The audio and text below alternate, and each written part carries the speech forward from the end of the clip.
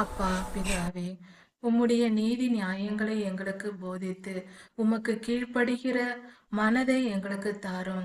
கீழ்ப்படுதலின் அவசியத்தை எங்களுக்கு சொல்லிக் கொடும். உம்முடைய வசனங்களை கைக்கொண்டு உம்முடைய வார்த்தைகளின்படி வாழ அறிவையும் புத்தியையும் ஞானத்தையும் எங்களுக்கு தந்தருளும்.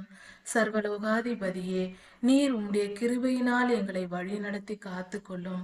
உம்முடைய வல்லமையினால் எங்கள் வாழ்க்கையில் செயல்படும் போது எங்கள் வாழ்க்கை எல்லாவற்றிலும் வெற்றி பெறுவோம் சுவாமி.